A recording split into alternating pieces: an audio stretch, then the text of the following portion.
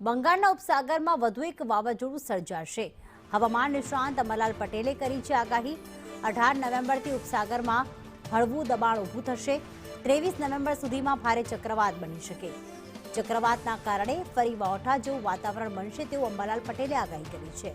23 થી 26 નવેમ્બર સુધી માવઠું પડી શકે છે।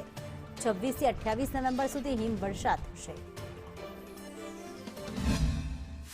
તેમજ 18મી નવેમ્બરે બંગાળના ઉપસાગરમાં હલચલ જોવા મળશે અને તારીખ 22-23 સુધીમાં ચક્રવાત થવાની શક્યતા રહેશે, જેના કારણે 18 થી 24માં માવઠા જેવું હવામાન થઈ જવાની શક્યતા રહે।